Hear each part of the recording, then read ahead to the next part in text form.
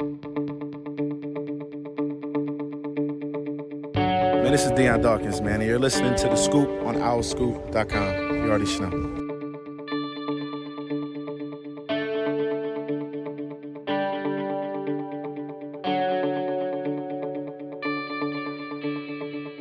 What's up, everybody? Welcome back to The Scoop, owlscoop.com's podcast. It's season 9, episode 4. I'm owlscoop.com editor John DeCarlo. We've got a full house today. I'm excited. Johnny Zawizlak, Declan Landis, Rymir Vaughn, and Kyle Gauss. Excited to have everybody here with us. We'll review Temple's 24-21 season opening win over Akron, preview Saturday's road game at Rutgers. You'll hear some audio from Stan Drayton. You'll even hear some audio from Temple's punter Dante Atton. We'll answer your mailbag questions too. Temple's currently a 9.5-point underdog as of Thursday afternoon for the Saturday road game up at Rutgers. The Scoop, as always, is brought to you by Greenspan and Greenspan Injury Lawyers. If you've been injured while on the road or the highway and the crash was someone else's fault, the insurance company is not going to be on your side. That's why you need us, Temple Law grads, who will fight hard to get the compensation that you deserve. We only get paid if we win. So in Pennsylvania or New York, call us today at 215-261-7359. That's 215-261-7359. And you can find them on the web at greenspans-law.com. That's greenspans-law.com. What's going on, gentlemen? How are you? There's a lot going on with Declan's backdrop that I'd like to talk about. Well, you want to look at the Hall of Fame wall? Is that what you're talking about? One, Declan is wearing like serial killer glasses. Okay. Relax. Okay. Two, relax. TJ McConnell jersey hung up. Loose. Really, not framed or anything. Loose jerseys that are being hung up. Declan was really excited about those glasses. Okay, Two? John. Or three. We don't have to. You were excited about it. Is that a Tebow jersey or jersey? Jersey. We got it from my grandfather, who's a Jets fan, and he gave it right back. A New York Jets Tebow jersey. Yes. And to the R right, it looks like, I'm sorry, my right, so the other one. Is that like part of like a Trump poster showing up? No, this is the New York Giants Super Bowl. Okay. Which I don't even know how you get that confused, but I respect it. There's a T there. I see it again. No, that's not my room. That might be. Also, you're wearing a Boston College hat during this, which is also interesting. Well, I spent $26 on this hat. I figured I'd get use out of it. Why'd you spend $26 on it? I needed some sort of memorial. There's a lot going on. It was your first plane trip last spring, it right? Was. It was terrible. Boston. I made peace with leaving this life because I thought we were going down, and turns out we were actually going up. So, imagine my surprise when I realized that. Just minor turbulence, probably. No, it literally felt like we were upside down. Like it felt I could see the ocean, like the bottom of the ocean. Like I'd legit. And I was like, we shouldn't be doing this. And then 5 minutes later, we were fine. I was eating sun chips. So it was great. You were taking off from Philadelphia, right? Yeah, taking out of Philly, going up to Boston. What body of water would that have been? The Atlantic Ocean. Oh, yeah, John, what type of question was that? Yeah, I'm right. What are you talking about? Well, do you know how geography works, John? Boston's also east of us. Yeah, but were you coming right out of the airport? Because if you were coming right out of the airport, that's not I'm with you on this one, Declan. Declan's right on this one. That's the Delaware River. That's not or that might have been. Well, there was nothing around. John, do you know how long it takes a plane the biggest river of all time? I didn't know where he was in his takeoff. This is the aviation portion of the podcast. Well, apparently not. It's apparently like explaining to 1800s people like what flying is like. Yeah, like you could Google Maps this. I thought you were talking about right after the plane left the runway. In that case, that's why I freaked out because it was it was pretty decently. In My fault. It's okay. It's fine. That's off the record. I just, I need a couple power ranking points, I think, for that conversation. You remember Black Sheep? He says, like, if we crash, my money's on us hitting a mountain. Like, I need the footage. Declan, put that on your list. That's a good What's movie. it, Black Sheep? Is that what Black Sheep? It's just Tommy Boy. Yeah, it's basically. I'm sorry, no. Time out. That quote's from Tommy Boy. My bad. Oh, okay. That's when they go to Chicago to see Dan Aykroyd to convince them to buy their brake pads. Yeah. Oh, okay. Yeah. Johnny, Rymir, after that spirited aviation debate, you guys have anything to add to that? No, I mean, I've heard Declan talk about his life-altering experience on the plane multiple times, and it gets better every time. Weren't there multiple first-time flyers last year? Wasn't Javon a first-time flyer? When he went to Texas? Yeah. He might have been. I think he was. Yeah. I know he didn't like it. I know he wasn't a fan. Rymir, are you a big airplane guy? I mean, I've been on one airplane and it was to Vegas and it was the worst trip I've ever taken. So, What'd you fly? Which airline? Frontier. Well, there you go. Yeah. You might as well have strapped wings to a SEPTA bus. And Chelsea and I flew them to Denver last December, and it wasn't too bad. The fees are terrible. It's like, oh, you want to inhale and exhale? That's $50. that's like overseas. Every The CEO of Ryanair, like the Irish version of Frontier, was got in trouble, not trouble, criticism a couple years ago because he was trying to sell standing up seats. He was like, I was just going to sell like the back third of the plane would just be standing up spots. He was just going to shove people in the cow. He's like, but he was going to sell them for like $10 or €10 or whatever. He's like, I guarantee they'd sell on every flight. I was like, I can't even stand on the regional rail. I couldn't imagine standing on an airplane.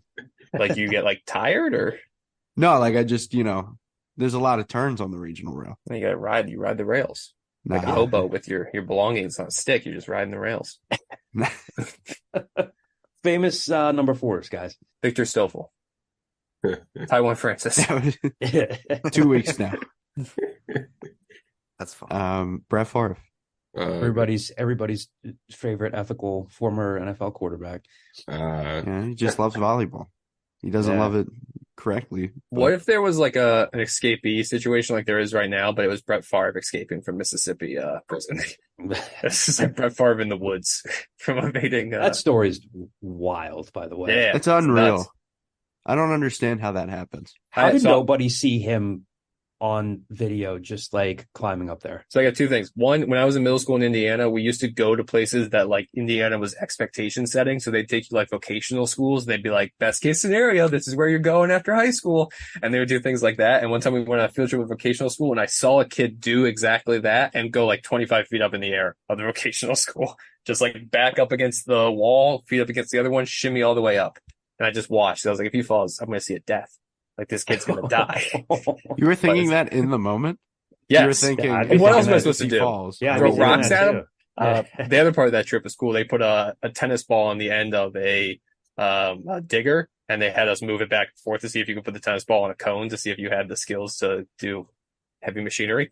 Nice. And two, obviously, talked to a lot of Chester County people being from Chester County, and one of my friends took offense to the fact that New York Times referred to Chester County as like very woodsy and rural. That part of Chester County is. Yeah, it is. Southern Chester County, whole other world. Smells like poop. I thought we were talking about Brett Favre for way too long into that conversation. Yeah. Are you aware of what else is going on, Declan? The escaped murderer from Chester County? You guys have vaguely. Yeah, if he keeps going, he's going to be in northern Maryland by who knows when. He got to Don't say Virginia that. last time. Just saying. Johnny, any strong feelings on the escaped convict Anything? and anything at all? Yes. I have think anything to after watching Signs of that life. video, after watching that video of him scaling that wall, like I know he's a murderer and I know he's a terrible person, but it was just impressive. At 5 feet tall, this guy's legitimate 5 feet tall. Like 5 That's feet impressive. tall. Yeah. Like, that's I was impressive. actually amazed, and Yeah. like it was hard for me to be like, oh, like how dare they let him get away? It was more like a wow, like that was cool. In that video, there's also very clearly a lookout, and that dude's probably in a hole right now. They're Oh probably yeah, saying, like, what are you doing, man? Any other famous number 4s? There's no real good segue. out of Nick this. Sharga. Nick Sharga's a good one. Nick, what else was Nick Sharga known for other than playing football at Temple? Guitars. Very good guitarist. Playing Like Enter he- Sandman or whatever during practice. When they would come out, he was like just like ripping off like crisp power chords. That's awesome. He was he transferred from the D3 level, right? West Virginia Wesleyan. He followed me on Twitter once, like before he got to Temple, and it said like Temple commit Nick Sharga, and I Googled him and I said, this can't be real. I said they didn't take a transfer from West Virginia Wesleyan. And they did. Mhm. And he became a very good fullback. Any other 4s? Kevin Cobb. Kevin Kopp. Wow. Isn't Good he pull. just like, didn't he deal with a lot of CTE? I believe so. Yeah. Yeah. I don't know that much about the man. Yeah, I think he retired early because he just like was having trouble just like living. Do we remember where he played his college football? Houston. Yes. I forgot. He was the Donovan McNabb pick, Read a book, Declan. right? They traded McNabb, they got the second round pick, and they drafted Kevin Cobb. Yeah. Not one of Andy's finer picks. You can't win them all. No, they were Uh, supposed to trade Cobb for a first round pick, but the lockout happened. That first round pick ended up becoming Patrick Peterson. Really? So, yes, Who was going to give up a first round pick for Kevin Cobb? the Cardinals. They still traded him to the Cardinals, but got a second in Dominique Rodgers-Cromartie. It's a good value. Yeah, it's not Patrick Peterson. No, it's not whatsoever. They probably wouldn't. They would have screwed it up. They wouldn't have drafted Patrick Peterson during that time. They would have drafted like a rush end. We do have a lot of good stuff for you guys on the show. Again, we'll review the Akron game, preview the Rutgers game, got a pretty full mailbag to get to as well. Some on-topic stuff, some off-topic stuff in the mailbag. We'll talk briefly about this win, this 24-21 win over Akron. Stan Drayton apparently fired up the team at halftime, and then after that, the defense shut down. Well, they did what they were supposed to do. They shut down an inferior team. They held them to 41 yards on offense in the second half. Didn't allow them to get past midfield. Ramir, you talked about how Tywan Francis could be a tone setter, had the potential to be a tone setter for this defense, and that's what he was on Saturday. Got that late interception to seal off the game. EJ Warner settled down in the second half after missing some open receivers in the first half, but the running game is still the same. Didn't get much going there. How much of that comes from the fact that they started Jackson Pruitt and Luke Watson at the guard positions? You had a true freshman there and a redshirt freshman in Jackson Pruitt due to injuries. We'll talk about the fact that James Faminu, he's out for the year now. So that's a kind of a big blow to their depth there, a guy that can play tackle and guard. Wisdom Corshi is going to play Saturday at Rutgers, which I think would be a big development for the team. Not that Wiz is an all-conference offensive lineman, but I think he's a better option right now at guard, considering the lack of experience from Luke Watson and Jackson Pruitt. Guys, takeaways from this game, 24-21, like I said, second half was a lot better than the first half. Don't want to dwell too much on this game because it's kind of old news at this point. Amir, I'll start with you. What did you see? You watched a little bit of film from the game and just went back and, you did the game story for the Inquirer. So you've kind of picked apart this game. What are your major takeaways from last Saturday? Well, they still can't run the ball, obviously. And to be honest, I think it's more of a running back problem than an offensive line problem. We got some audio about that. Stan Drayton talked about that too. Yeah. Even though the offensive line wasn't great either, Sadie looked hesitant to hit certain holes. Like, you seen it when Darvon Hubbard and EJ Wilson got into the game. Immediately 6 yards, immediately 7 yards. I think that's respectively for both Darvon Hubbard and EJ Wilson. But just looking at Sadie run the ball, it just looks like he's a little hesitant to hit certain holes. Yeah, 8 carries, 18 yards, just 2.3 yards per carry. Hubbard wasn't much better. 10 carries, 35 yards, but a little bit better. EJ Wilson, 15 yards on 3 carries in limited time. But like you said, I think there was a little bit of a discernible difference there. The drive where Darvon Hubbard started the drive, they actually got something going offensively because they were able to stay on schedule and get 4, 5, 6 yards, on the first down carry instead of no yards, 1 yard, 2 yard. And you talked about Tywan Francis. He's in that out position, which again is like Temple's name for that roving safety linebacker position. And again, that's a big play for them. Again, DJ Irons and the Akron offense were not really moving the ball at all in the second half. It was like both the offense and the defense settled down in the second half. But what did you see from him, and what did you see about how they used him in the game? Obviously made that big play, but he had a bit of a reputation of a guy that could be aggressive and be a difference maker. And again, it's 1 week of football in 12 weeks, but so far so good. What did you see from him? A lot of versatility. We seen him around the ball, around the line of scrimmage, and on his intercept. He also on the interception, he was playing free safety. He also had a tackle for loss in that game. You usually don't see guys be able to play around the line of scrimmage and play deep safety. He also had a pass breakup, I believe, on the drive before. He probably should have picked that one off too. Mm-hmm. So just his versatility and how he's able to play around the line of scrimmage and essentially be an extra linebacker and can help in the run game and not suffice speed. So they can actually run certain coverages so they can cover better, I guess. It also looked like DeJuan Black was starting as the game went on, was kind of getting there, starting to get home a little bit more, which is also obviously a positive sign because, and it's something I'll want to touch on when we get into previewing the Rutgers game. Their front three, front four, whatever base formation they're in, this defensive line is at least, week into the season, I think we could say they're probably not going to be the group that's generating a ton of pressure on this defense. I don't think they're going to be reminding anybody of like the 85 Bears in terms of shutting down teams in the run game. They're not really deep there, but they're going to need to create pressure from other areas. So whether it is Tywan Francis, DeJuan Black, Leighton Jordan, Jacob Hollins, for any of you guys, what'd you see from DeJuan Black or anybody else that stood out to you just in terms of just making a difference on that defense, especially in the second half? He was able to get pressure without having to be manufacture pressure. You know how on offense you manufacture touches for certain guys? Mm-hmm. On defense, you can do the same way, whether it's with stunts, gains, simulated pressures, as they like to do. But he was able to get pressure without that. So they were able to just, play on the back end and just rush forward. And he was able to get pressure. And then they started to add in more stunts, more games. And it ended up getting a sack for Leighton Jordan later in the game. Kyle, Declan, Johnny, what do you attribute Max actually, I think, asked Stan on Monday about the slow start, and Stan talked about it being a mindset as much as anything else. What do you guys attribute the slow start to in the first half? Just standard first week. Again, not like we were expecting this to be a 10-win team that was going to be a finely tuned machine on offense, but obviously, again, they fall behind. EJ Warner, who had probably as decent or as good of a year as he could as a true freshman at quarterback, missed a share of open receivers in the first half, settled down the second half. What do you guys attribute that slow start to in the first half?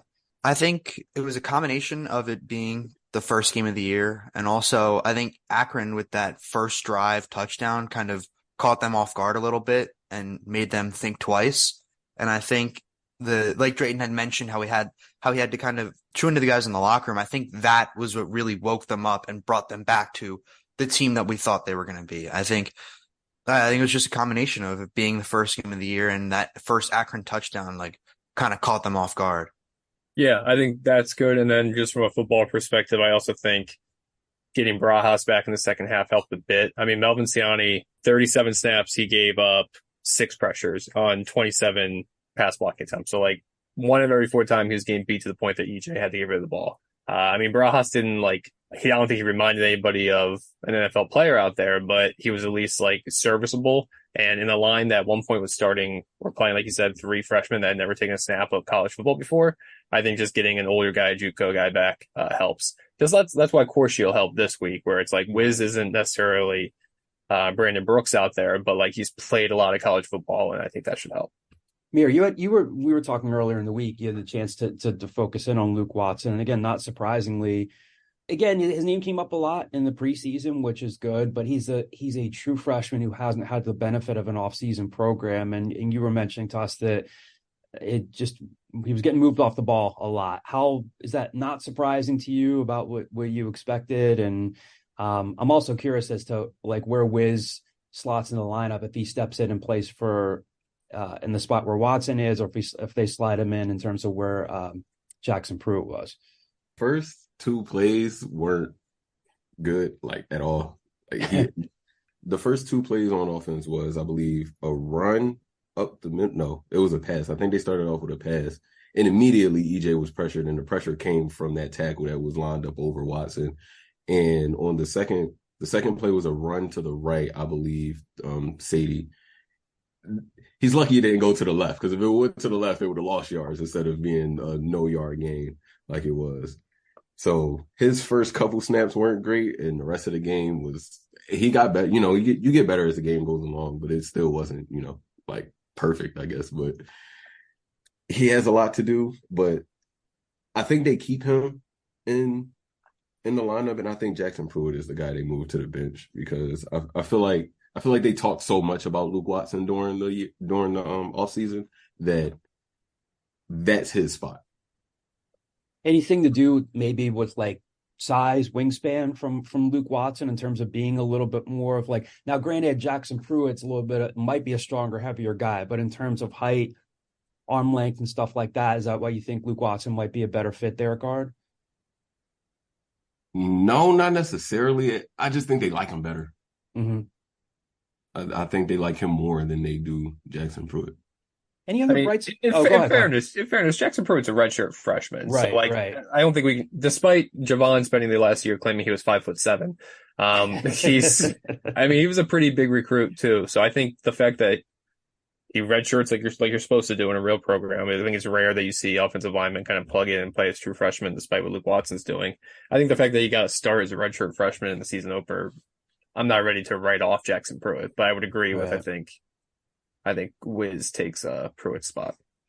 And before we move on to the Rutgers game, any discernible? Obviously, look, hey, they're 1-0, better than being home one. But like any other discernible bright spots that came out of Saturday for you guys? You made adjustments at halftime that held the Joe Moorhead offense to like 40-some yards in the second half. And I don't care if it's I made this exact same joke in another podcast I did this morning. I don't care if it's the five of us lining up at wide receiver in a Joe Moorhead offense. Like, he's one of the best offensive minds in the country. Yeah. So, I mean, tip of the hat to Everett Withers in the second half. Like, they made adjustments and they made plays to the point that they just shut down that offense. Mm-hmm.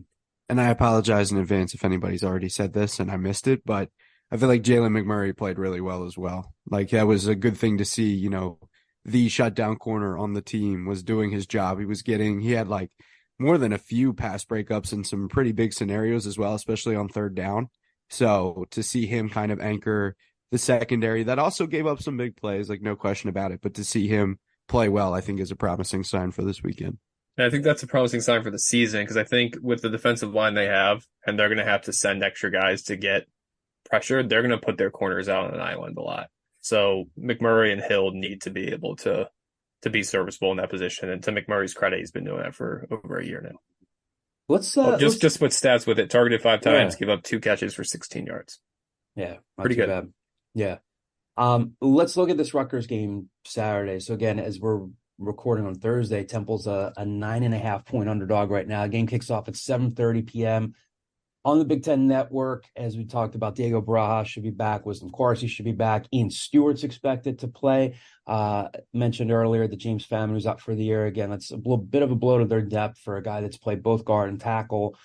I don't know. Am I the only guy that thinks that this is not, Rutgers beats Northwestern last week 24-7. Credit to them. They shut them out for almost the entire day, with the exception of a very late touchdown. But not a lot of explosive plays on either side of the ball.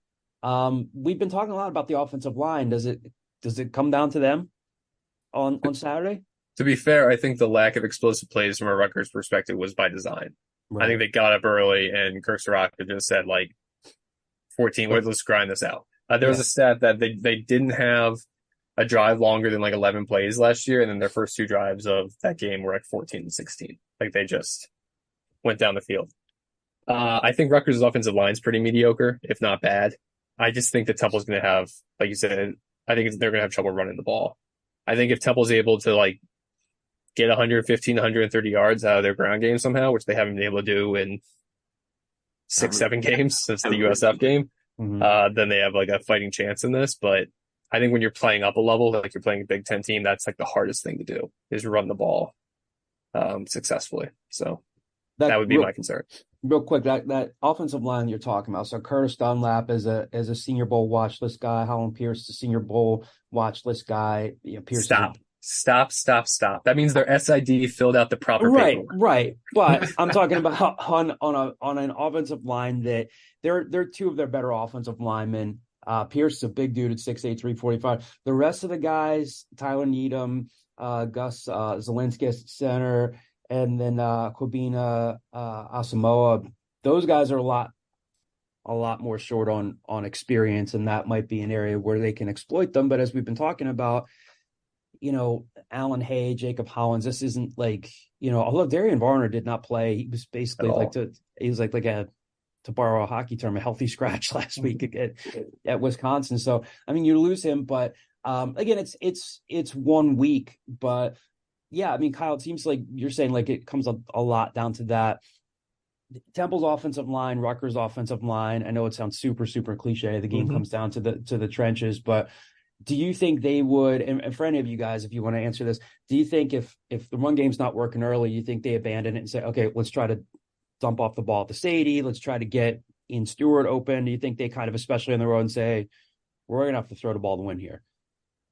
I have 13 games worth of Danny Langsdorff offenses to tell me that's exactly what they'll do. Yeah. If they don't get the run game going, they basically turn the dink and dunk and screen game into their run game. Like that's why EJ Warner throws the ball 55 times a game in certain games. It's because half of those are essentially runs.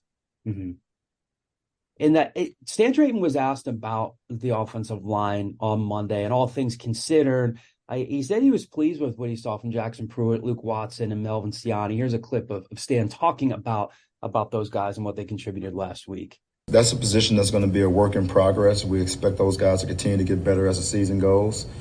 Solid play. Didn't give up a sack. Wasn't a whole lot of negative plays on offense. I know we sput and spattered, but there wasn't a whole lot happening in the backfield, right? So you got to give them some credit that way. Some young guys like Jackson Pruitt and Luke Watson, Melvin Siani, those guys played a lot of football on Saturday, and it's their first time playing college football, and they didn't flinch. So I'm very encouraged about their future and how we'll progress as an offensive line with those guys being in the fold. That's another thing. Stan Drayton mentioned this. Dave Martin Robinson mentioned it.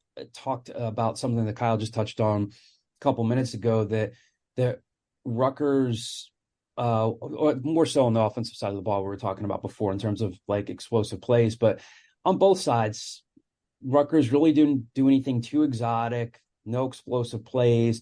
Again, do you guys think that's just, Greg Schiano, is it fair to say, he's kind of coaching for his job this season. So on one hand, I wouldn't think like, okay, I'm just going to save everything for the meat of our Big Ten schedule. But do you think that was a situation where like they got up early and they're like, hey, we don't really need to open up the playbook too much? Because Stan had said, hey, like they stuck to what they did well. They were pretty physical. David Martin Robinson had said, yeah, we don't have too much film on them, but yeah, like they stuck to, at least on defense, from what we can see on film, a lot of their base stuff. Do you think that is an example of like, we're up, let's just keep steadying the boat here? I hate to quote Steve Adazio, but you think we see them unfold a little bit more stuff from the playbook this week? Depends on, time situation. Yeah, it depends on what's going on. If they go up big again, it's like they don't have to. But if third quarter, 1-score game, 3-point game, or something like that, and nothing is really working, they might have to. Mm-hmm. Another guy that played relatively well, and again, if you were, I was out with COVID, so I was watching the game at home. I feel like every time Dante Atton's name came up in that ESPN broadcast, like, this is his first football game, which it was. But that 53. Did you know that EJ Warner is Kurt Warner's son? I had no idea. No idea. No clue. No idea. Just also, Temple gives single digits out to their toughest guys. Yeah, it's another thing. It's another. I had to add that to the list. Deep track there. Dante Atton's 53-yard punt down to the Akron 4 that set up the series where Taiwan Francis picked off DJ Irons, really seal off the game. Kind of maybe just like a little bit of an underrated play there, and Dante Atton was one of the guys that spoke on Tuesday with Jacob Hollins, with Dave Martin Robinson. I just asked him a little bit about that kick and then what he sees from Rutgers, and here's a clip from our conversation there from Tuesday. With that kick, I knew that it was an instrumental kick. I needed to do my job in order to help the team. And, looking back at it now, it was purely an instinct situation because I saw what I saw with the rush, and I was just like, I better get this off, and I need to place it in a good spot. And God willing, it went where it needed to go, and Taiwan ran it out at the 4. So yeah, that was very good on their behalf as well, and the team's behalf as well. Looking at Rutgers, they won 24-7. Not a ton of explosive plays on offense, defense, and on special teams. What's it like now, 2 weeks into the season, kind of just breaking down film of opponents and looking at what they do in terms of like their tendencies and how they set up returns? Anything that Rutgers does that's a little different against 1 week of film, but anything different than what Akron was doing? For me, it's still a lot of it is still learning what I need to do in certain situations. So it's not more so about Rutgers this and Rutgers that. It's more when I'm in this situation, this is what I need to do. So that's what Coach Bruno and Coach Shire have been drilling into me, that it's a lot of the punting scheme is is based on what my decision is. So that's what I've been focusing on this week. Special teams wise, again, like good start for Dante Atton. Camden Price hit a 40-yarder, missed a 30-yarder. Did not happen to see that exact kick. I can't remember how bad of a miss it was. Any concerns there? Or do you just shrug that off as like stuff happens from a place kicker? I think I'm just shrugging it off, kind of not really looking too much into it. I believe he missed it wide right, if I remember correctly. We were up in the press box, so it's kind of hard to see how far right. But I think it was one of those first game things. I'm not really too worried about Price going forward. I mean, he hit the 40-yarder that mattered at the end of the first half. Not to worry about Camden Price. Still worried about punt returns. Yeah. I know like Rod Carey got a lot of like guff about that, and like rightfully so, but like under the Stan Drayton era, they haven't had a punt returner finish with positive yards since the Memphis game. It's been like 8 straight games of just like track catches or negative 1-yard returns. I don't know what's going on there. I don't know if that's by design, if they just wanted them to be safe. Maybe they were hurt by the Ahmad Anderson experience in the beginning where he was botching catches a lot, but it's just not a weapon in the last like 4 years worth of Temple football. Yeah. Prediction time, guys. Declan, I'm going to start with you. We haven't heard from you in a while. On the Temple news, we do this thing where we call it spoiler alert, right? And I predicted at the beginning of the season that Temple would win this game. And I'm going to stick with it. I think it'll be like 2 or 3 points, though. I think it'll come right down to the end, and a lot of things will have to go well for it to happen. But I think just for the sake of my own prediction, I'm gonna roll. I think Temple wins, and I'll say something like 27, 24. Okay. We got a full mailbag, like I said, where we got a few more questions about Saturday's game, so we'll talk in a little bit more detail there. But Declan's got him 27-24. Ramir, we'll go to you next. Yeah, they have to be able to run the ball, and I don't think they'll be able to run the ball. You cannot do what you did against Akron and expect it to be the same thing against Rutgers. I had them. I said if they want to make a bowl game, they have to steal a game from somebody. They have to go out there and they have to win a game. And I said that this was going to be the game that they win. I'm not sticking with that prediction. I think they lose because I don't see them being able to generate any kind of offense on the ground. So predictions wise, maybe, I don't know, 28-13. Johnny, what do you have? Then I'll go to Kyle next. For me, same as Declan at the Temple News, we kind of predicted the season at the beginning of the year.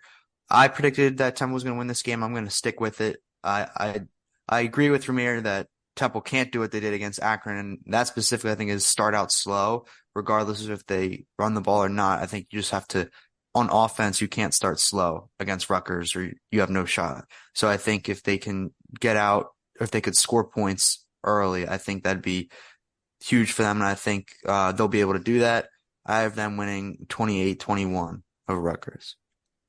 Kyle, do you agree with that assessment that like you can't start slow against Rutgers, or is that like? Yeah, I mean it's a Saturday night game. It's a blackout. I mean, I'm not trying to set the stage that it's Death Valley or anything, but like you're on the road. It should be a pretty well attended, if not sold out game. I mean, Rutgers fans have kind of rallied behind this new era of Greg Schiano.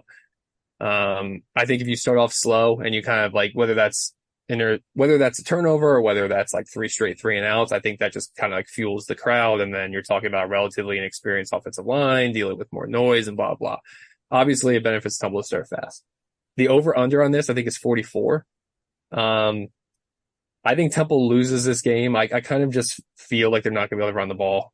And I feel like you need to be able to run the ball. I just kind of envision every time, basically like last year, where they're going to need to get a stop too on defense, and they're not going to be able to. That's when you'll see Rutgers offense all of a sudden go like 6 yards, 8 yards, 4 yards, 6 yards, 8 yards, and just kind of drain the clock. I'll say 28-17, a sneaky over cover. But 28-17 Rutgers. I feel like this game might be a little bit more ugly. I think Temple's going to lose this 20-17. I think you'll see some flashes, but So just the game itself is ugly, but the result's just a 3-point loss. Is that what you're yeah, saying? just Okay. just some sloppy play on both, from both teams, and I agree with you. I mean, it's not exactly profound to say that Temple's going to struggle to run the ball, but I think both of these programs are still kind of feeling themselves out after 1 week. I could see Temple hanging in there and then just not being able to make a play down the stretch, and Rutgers winning on a late field goal, 20-17. So I guess that would be the under and the over-under there. Let's look to the mailbag. Again, we can talk in more detail about the game here. We got some good questions here. The first one from Twitter is from Detroit Owl. Against Akron, Ed Sadie struggled to advance the ball after the initial hit. Is that an offensive line issue or a running back issue? We need to be able to run the ball. So we'll react to that in a second. We have a clip from Stan Drayton talking about that on Monday, about just that subject, needing more out of his running backs. Yeah, not as bad as I thought. I think our running backs need to run heavy. There's some opportunity to get some yards in some situations where it may be cloudy, little dirty runs here and there. It's not going to be perfect. They can't sit there and wait for a bunch of space, and they can't expect to get a bunch of space against a Rutgers defense either. But they've got to be able to play behind their pads, be decisive behind the backfield, and go hit it and give us some positive yards and try to keep us on schedule. All right, so we talked about that earlier at the outset of the show, and I think we kind of answered this already. Yeah, the offensive line certainly needs to play better. We're not breaking any news there, but is that an offensive line issue or a running back issue? I think we know that the perfect answer to is it's a little bit of both, but how would you guys weigh in on this? It seems to be that it's not, Stan just said it there. They need to get some ugly runs. Not everything's going to be clean. You guys agree with that? Where they got to be able to run through contact, and they're not going to have an NFL offensive line blocking ahead of them. Yes, they're not going to have these 2-yard holes, these 2-yard wide holes that they could just run through. They're going to have to finish some runs if they want to, actually sustain a run game. They're going to have to pick up extra yards when they come in contact with somebody. Yards after contact is going to be very big for them this week. It's going to be very big for them this whole season. So if they're hitting a hole and getting met, they have to finish the run. They can't just, go backwards. Mm-hmm. Second part of... Sorry, real quick with that. Oh, yeah, sure. I think a lot of it's an Edward Sadie problem. Yes, I think Ramir talked about that earlier, where when Hubbard got in, you saw more things, and the stats back them up. I mean, Sadie averaged 1 yard after contact per carry. That's unacceptable. I mean, Darvon Hubbard, 3.2 yards of contact after carry. EJ Wilson, obviously a much smaller sample size, 4 yards after contact per carry. It literally seemed like when Sadie got hit, that's the end of Sadie's run. So that has to change. I mean, for a guy that's supposed to be a single digit, supposed to be one of the toughest people on the team, you can't fall down and crumble every time you get touched. Yeah. Second mailbag question here from the Twitter handle Off the Hook 3. It's a two-parter. How are you feeling after the Akron game? Better or worse than before the season started? Declan, we'll start with you on this. Probably worse. I mean, the offense looked really flat in that first half, and we talked about it. They responded really well, but there were still opportunities down the field, especially that were missed, that I don't feel super great about, especially with the Akron secondary not being, as on the level of some secondaries that Temple will play later in the year. And maybe that's just some first game jitters, but I don't feel good about the run game necessarily either. We've already talked about. I guess overall, I feel good about the energy of the team and the fight that they showed in the second half. I just don't feel good about necessarily how some of the pieces came together. Johnny, feel better, worse, about the same? I sound like an eye doctor. Better, worse, about the same? Which one? 1 or 2? 1, 2. Yes. For me, I'm probably right around Declan. I think there were some encouraging things to see. I think Dante Wright was one of them. He had a solid first game for the Owls. Not much so from the punt return side, but more on the offensive side, led the Owls in receiving yards. But I think just kind of like Declan mentioned, the fight in the team and the culture that they showed like is good. But the way that some of the pieces came together in the first half on the field was not very encouraging and not what I was expecting to see. So I think probably a little worse. I'm not worried, but I'm not feeling the same that I was going into the year. Amir? Worse. It's like teetering from like about the same to worse because I didn't expect them to come in there and, like, what's the word? I'm blanking. Route them. Yeah. But the way they started off just doesn't encourage me at all because you're not playing Akron every week. You might get lucky against a team like, Norfolk State, but you're going to have to play AAC competition. You play Miami in 3 weeks. You're not going to be able to get away with that, like playing certain teams that they play this year. And they play a lot of really good AAC teams, American teams as well. UTSA is really good. North Texas is really good. Memphis is always. No, they're not. Oh, my fault. North Texas is very bad this year, I think. But yes, the point's the same. They weren't bad last year. They were 7-6, I think. Yeah. Now, that's not bad, I guess.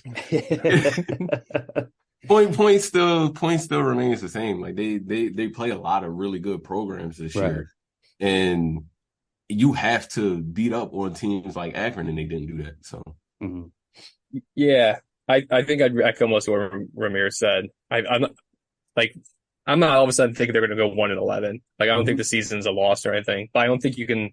With the podcast I did earlier today, they were basically like, are you willing to look past the first half and discount it? I'm like, I don't think you should discount it. I mean, it's 50% of the football they've played so far this year that they looked bad.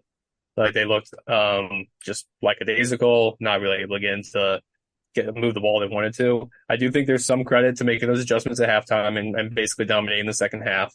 But it's not like they dominated to the tune of 28-0 in the second half. Right. They just scored 14 points and shut down their offense. I am willing to give them a little bit of this next game is going to dictate how I feel about the rest of the season. Because if they go out and they start hot against Rutgers and they beat Rutgers, or even if they look good against Rutgers, then that probably gets me back to my initial feeling. But right now it's like, at halftime, you could have convinced me that this was a 3-win team again because they just looked bad and then they came out in the second half and showed some fight. So. And also, I mean, I don't know if that's first game jitters. I don't know if that's you came out to 1,100 people in the stands. Like, I don't know. But for one reason or the other, like at a program like Temple, it's always going to have to be your energy has to come from within the locker room. Right. Like, I don't think you can rely on feeding off the fans. So I will be curious to see how. So what you're saying is we're still dealing with a fan base that loves to complain about things but doesn't love showing up to games. I mean, in fairness, they've gone through like 3 years of terrible football. Right. Like it's been a lot of things have happened at Temple in the last 3 years, and not the least of them is the football team fell off the face of the earth. So like it was always a fickle fan base. I mean, even when they had some good teams in the MAC, people weren't showing up to those games. It was just kind of like buoyed by the rule years. So now we'll see. Like if they beat Rutgers, is there all of a sudden going to be 30,000 people against Norfolk? Like, no, they're still going to be friends and family. I'm feeling about the same. I wouldn't discount the first half. I'm mildly impressed with the fact that they did adjust in the second half, did what they were supposed to do. I know that there were some people out there saying, oh, DJ Irons has great arm talent. Maybe he's on the radar of some NFL teams. I didn't see that at all. He's had surgery on both shoulders. Yeah. Which is not ideal for a quarterback. No. But I'll give them their due credit for settling down in the second half because that could have gone off the rails. And then you're sitting at 0-1 saying, okay, Rutgers is coming off a 24-7 win. Maybe the only guaranteed win in this non-conference slate is against Norfolk State. So I feel about the same. I don't like Amir said, I wasn't necessarily expecting them to rout Akron. The first half was kind of unwatchable. They settled down the second half. So I'm feeling about the same. Question number 2 from Off the Hook 3. If blank has an all-world performance, Temple will probably win the game, not including E.J. Warner. Mir, I'll start with you. Give me a player that would have, if you see him having an all-world performance to lift Temple to a win on Saturday. Like realistically or? You do whatever you want to do here with this. Yeah, realistically, let's ground ourselves in reality. If Ed Sadie has a big game, the offense is moving. They'll score some points. Like if Ed Sadie has a big game, they'll probably win this game. Obviously, Ed Sadie's probably one of the more key answers. I think for me, maybe if like a Dante Wright goes for I know I mentioned him already before, but goes for 150 yards and 2 touchdowns or something. I think he could be, if he has an all-world performance, I think he could also be a game changer. Declan? No, I'd say Kyle Williams. Well, he might not even play. He didn't even suit up last week. I was going to say Ian Stewart, actually. Thank you very much. If Ian Stewart can be big on the outside, that'll hopefully open up lanes for guys like Dante Wright. Maybe the tight ends as well. If you noticed last weekend, getting the tight ends involved helped move the ball. Maybe they'll keep doing that again this week. But I think Ian Stewart in his first game of the year, if he has a big game, that'll be big for that offense. Kyle? I'll say Diego Barajas. I think they got solid, if not good, protection from Victor Stoffel and Rich Rodriguez, who I'm refusing to call Richard because I'm going to go with Rich Rodriguez, the old football coach. If they can all of a sudden add okay, this is just a world beater of a left tackle out there, and EJ Warner all of a sudden he averaged 2.23 seconds per throw against Akron. He had 2.23 seconds to get the ball out of his hands. If he has the ability to actually kind of go through his progression and scan it, I think that'd be huge. So I'll say Diego Barajas. I'm going to go with someone on the other side of the ball just to be a little different. I'll go with Jordan McGee. I don't know exactly how they're going to play Gavin Wimsatt, but if someone like Jordan can blow up a couple of plays where, again, Rutgers did not run the ball well last week either. They didn't necessarily have to, but they didn't. Real quick. Sorry. Northwestern might be the worst Power 5 team in the nation. Right. They're bad. So right. Inability to run against them is not good. Right. So if Gavin Wimsatt's got to run the ball more and somebody like Jordan McGee kind of blows him up or forces a turnover and makes him think twice, then they can hang around in this game. Granted, they got to score points, but I think somebody that can disrupt him and kind of just get them feeling a little shaky could be the difference in the game. The next mailbag question here comes from the message board. The screen name is Temple Fan Owl. Do any of the current students on the pod know what's going on with the Cherry Crusade? No buses to the Rutgers game, but having a watch party instead. I've only seen 4 Cherry Crusade people in my life. And I don't know. I know that there's a Twitter account. That's no shade. If there are more people, sorry. No offense, but I don't know. I couldn't name you a single person in it right now. Johnny, Ramir, anything on this? You're not plugged in with the Cherry Crusade this year?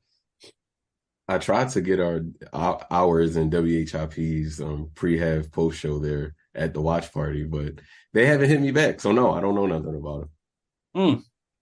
That's disappointing. Yes, I think they want a little attention. You would think, right? Because didn't they rent out? You said somewhere in Star, right? It's in the indoor field. Maybe just show up. Set up some equipment there. They'll be all right. Did they used to do a bus trip? They didn't do a bus trip in 2021, did they? Not that I'm aware of. I feel like the Cherry Crusade disappeared for 18 months, if I'm being honest. Yeah. 2020, 2021, I feel like that Twitter account was gone. 18 months?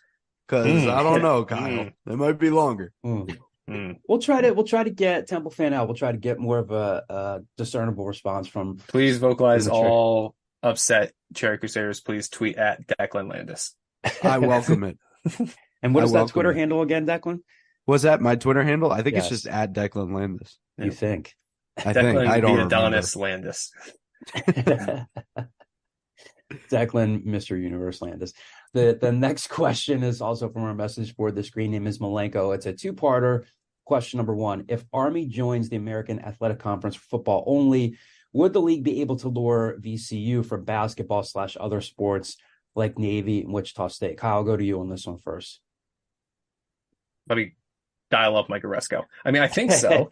Despite what John Rothstein says, the A-10 is essentially a 1 or 2 bid league. adding VCU to the AAC, even with SMU leaving, they'd be a better basketball conference. Geographically, I think the AAC makes a lot of sense to them too. Like they'd be around ECU, they'd be around Charlotte. Like they're not far from those things. Money wise, makes a lot of sense. I mean, if you could tell me right now that you could add Army for football only and VCU for everything else, I think that's a no-brainer. Pretty good. Yeah. So hopefully, I haven't really heard anything like that. Like you've heard the Army thing. I forget which article, whether it was CBS or The Athletic this morning, mentioned that like they kicked the tires a little bit on App State as well. But you haven't really heard about like if they add Army, would they also add a basketball team? So what if they said, look, we want to go east, we're not going to go west, we don't want to add Washington State and Oregon State, they add Army, and then they add Gonzaga for basketball. That'd be huge. Bring them all over. This one school has to fly in. Well, that'd be something. I still think JMU is a no-brainer too, but they tend to not agree with me on that one. Yeah, and they've made progress in football too. So in 1 year, for sure. Sure, but question number 2, kind of going along with that, who would you add to the American if Army doesn't join or the league expands to 16 teams? Hopefully, Temple would push for additions closer to the Northeast. How much? I mean, Kyle, you mentioned App State. I can't say I have sources down there. I would think if App State could maybe potentially hang around. The issue is then you have 3 schools in North Carolina, right? Which is not Texas; it's North Carolina. Mm-hmm. So I think that would be a concern. I know people have been like, well, what about SMU? Or not SMU. Hey, what about SMU? I know people have been like, what about UMass and Buffalo? Like they're near Temple. I don't think Mike Oresco or the American Athletic Conference gives one crap about helping Temple out with like a traveling partner. I think anything in general, period. I think the Army thing is a pure coincidence. I think they like the idea of adding a prestigious academic institution that has a bit of a national following, is better in football. Like I think it has nothing to do with Temple. So I don't think you have to like focus necessarily on those like the immediate region around Temple. I think JMU, I think App State, our good friend Varun mentioned Georgia State to me, which I told him I have no qualms about going back to Turner Field, so that's fine with me. I think it is important to remember that the American is a ESPN conference and the Sun Belt is an ESPN conference. So I don't know if ESPN is necessarily on board with like, take these guys from the Sun Belt, and then that really limits the pool. So I'll say JMU, even though they are in the Sun Belt. Anybody else have any strong thoughts on this? Declan, Amir? No. Sorry. Declan, okay. Where is App State? You said it's in North Carolina, right? Boone, North Carolina. Yeah.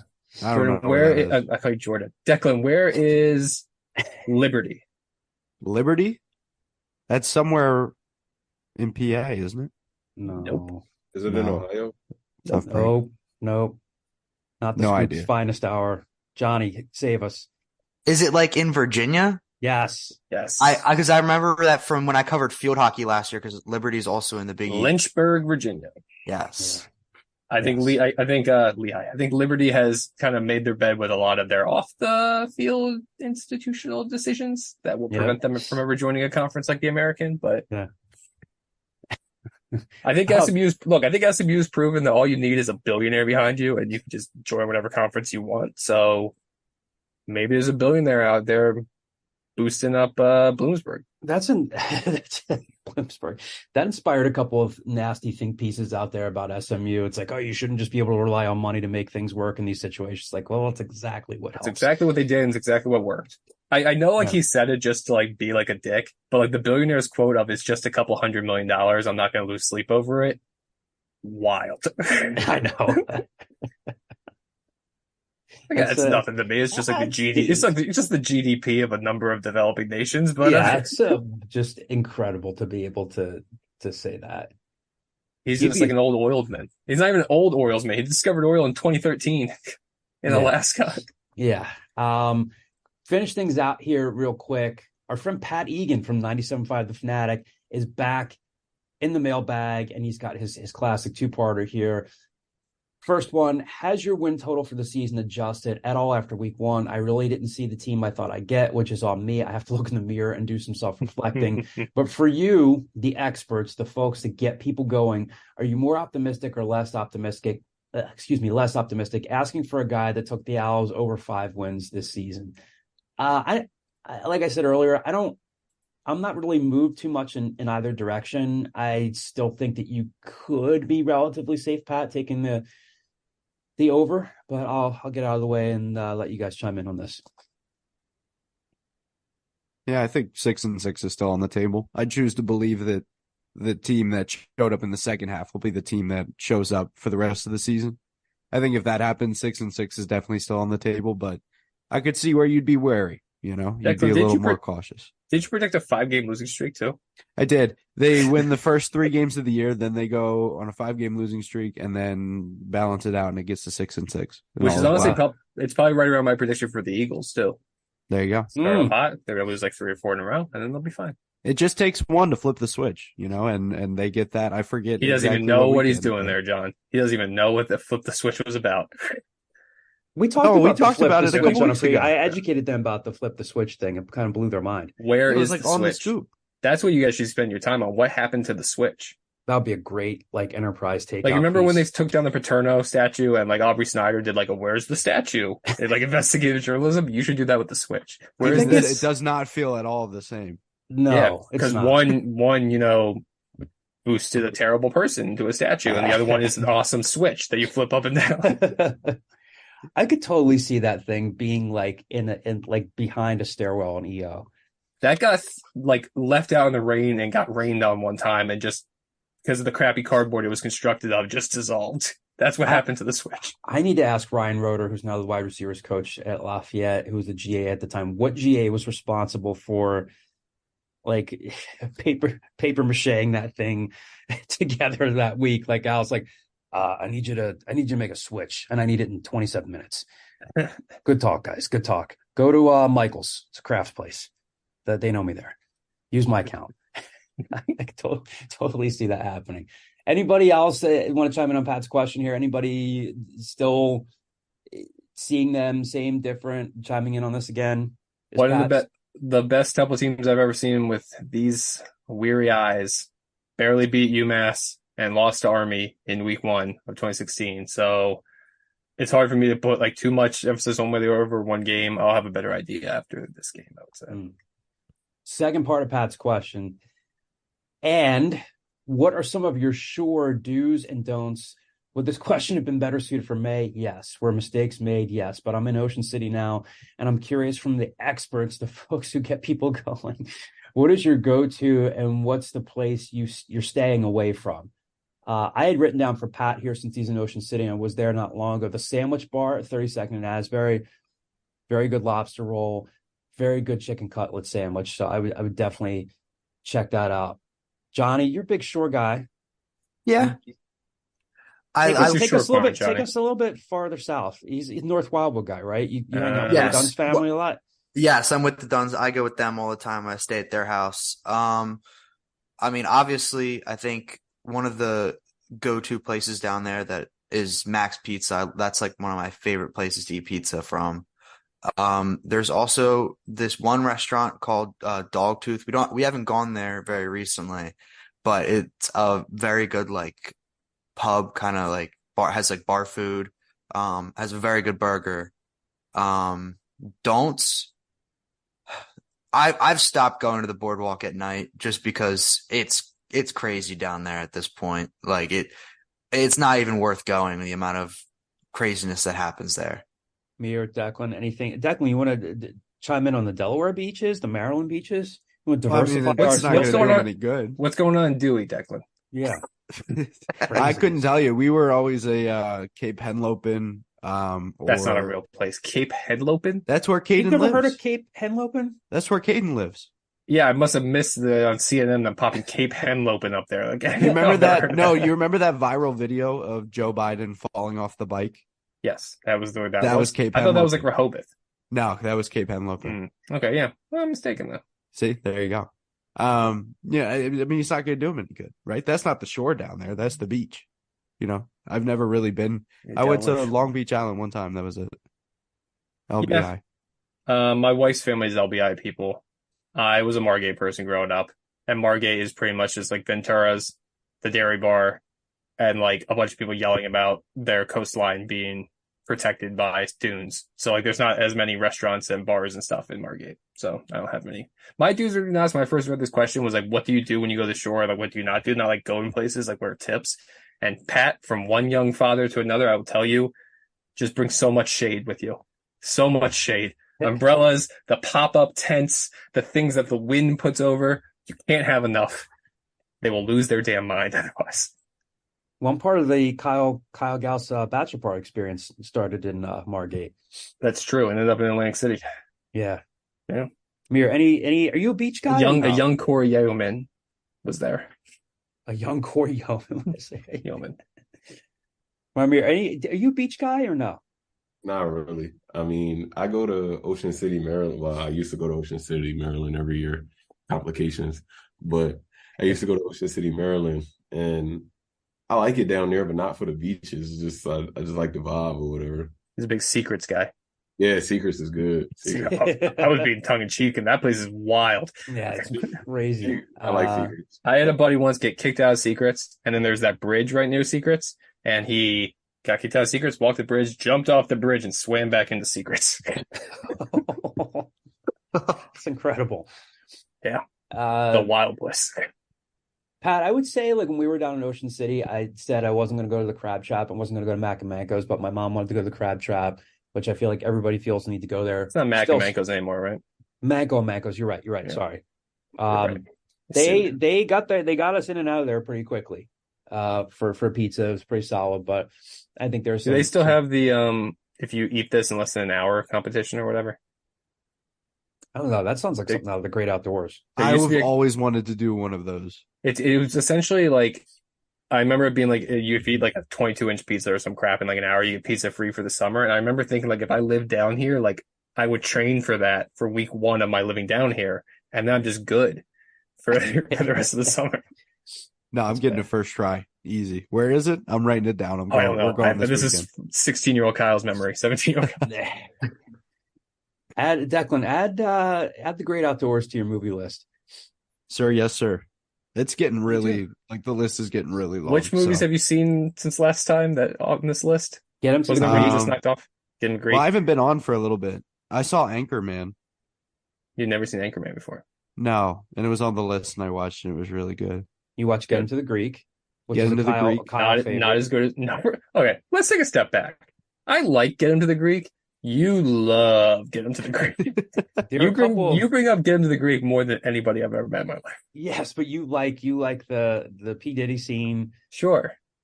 There's a couple scenes that are funny. 50,000 units. I'm proud of every single one of those units. With Aziz Ansari there, too. Yeah. Aziz Ansari and Nick Kroll. Yes. I'm having a panic attack.